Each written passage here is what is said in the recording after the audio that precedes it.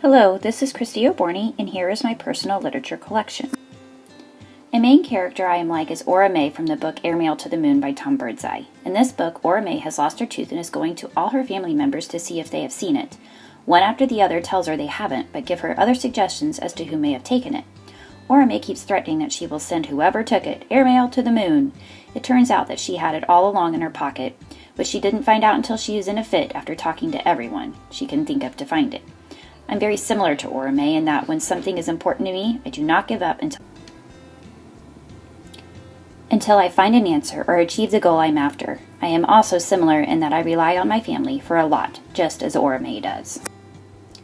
A character I would most like to spend time with is Clary Frey from the Shadowhunters series by Cassandra Clare. Clary's a Shadowhunter, a human who has angel blood. She doesn't know that she's a Shadowhunter until something happens to her mother and a whole new world of angels and demons is opened up to her. I would love to spend time with her as she becomes part of a close-knit group of Shadowhunters that get to fight the evils of the world, literally. I've always been drawn to strong female characters, and Clary leads such a complicated, exciting life. I would love to see and be able to do the things that she does in the books. A place I would like to visit is Hogwarts from Harry Potter by J.K. Rowling. A magical castle where witches and wizards get to learn how to control their magic? Who wouldn't want to go? I've always loved the idea of living in a castle, but having a school in one is even better. This series of books is one of my all-time favorites, and the setting of the castle along a lake by a forbidden forest adds to the appeal for me. I've been to the Harry Potter theme park in Orlando, but it doesn't compare to the Hogwarts of my imagination. If I could step into any book setting, this would definitely be it. A favorite read-aloud is hard to choose, as I have so many that my students enjoy, but Because of Mr. Terupt by Rob Booya is in the top 10 of my favorites. Mr. Terupt is a first-year teacher of a 5th grade class. The book is told through the perspective of 7 different students in Mr. Terupt's class. It seems like a typical school storybook, but through the eyes of these very different students, we get to see why the students act the way they do and how one very special teacher has an effect on each one of them differently. A tragedy happens and the students realize that it is their differences and the lessons that Mr. Terupt has taught them that will get them through this. Every time I read this book to my students, they beg me to keep reading and love to talk about their thoughts when we finish a section. It's very relatable as the students tell the story represents the students who are hearing me read this to them. It is also the first book in a 3-book series, and most of my students go on to read the others after we read this one together. My students' favorite book would have to be any of the Diary of a Wimpy Kid series by Jeff Kinney. I do not personally care for these books, but I cannot deny the appeal they have to my students. I have many copies of each of these books in my classroom and the school library, and they always look tattered and worn by the end of the year, as they are read and reread very much.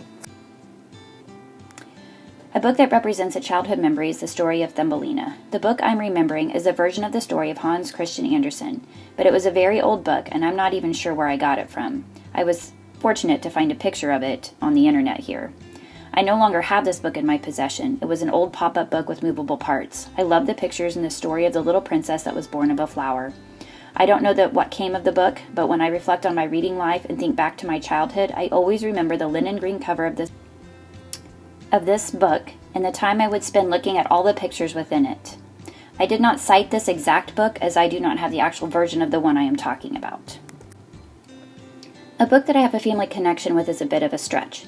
I have partner taught with the same person for the last 17 years. She teaches in the classroom in the morning, and I teach in the afternoon. She only teaches half-time as she has a handicapped daughter at home that she takes care of. Her daughter is 22 years old but has a very rare neurological disease and requires round-the-clock care. I stumbled upon the book Out of My Mind by Sharon Draper years ago. I read it one weekend and could not put it down. This book greatly affected me and made me think of my partner teacher because of the little girl telling the story has cerebral palsy and has never been able to speak a word, but she is in fact very smart. I remember telling my partner teacher about this book and how I was going to read it to the class aloud. My class loved it, and it has become a book I read every year to my class.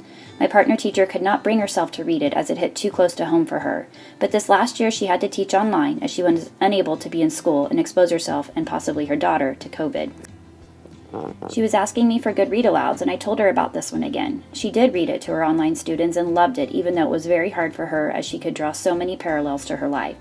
My partner teacher may not be family in the traditional sense, but we have worked so closely together for the past 17 years that I feel that she is, and this book also helped me to have a connection with her beautiful daughter and gives me an insight to what my partner deals with in her personal life. The most influential book I have read is Little Women by Louisa May Alcott. I consider this an influential book because it started my true thirst for reading.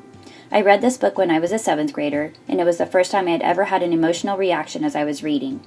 When Beth dies in this book, I bawled. When Joe turned Laurie down, my heart hurt for him. When Laurie married Amy, I was mad as I thought he belonged with Joe. At the end of it all, I was happy for the way all the March girls found their way into a time and place so different from the world I knew in the 90s.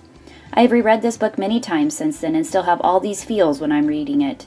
This book influenced me to find more and more books like it. I went on to read many more of Louisa May Alcott's books, and from there started devouring all types of books.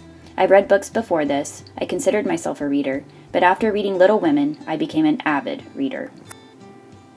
Finally, a book I love that won't fit anywhere else is not a children's book, but an adult book, and I just had to mention it here. Into the Deep by Robert Rogers. This book is a true retelling of the author's tragic experience of losing his wife and children in a flash flood on a Kansas highway in 2003. This book cut me deep as it is beautifully written and shows how one man kept his faith through this horrible tragedy.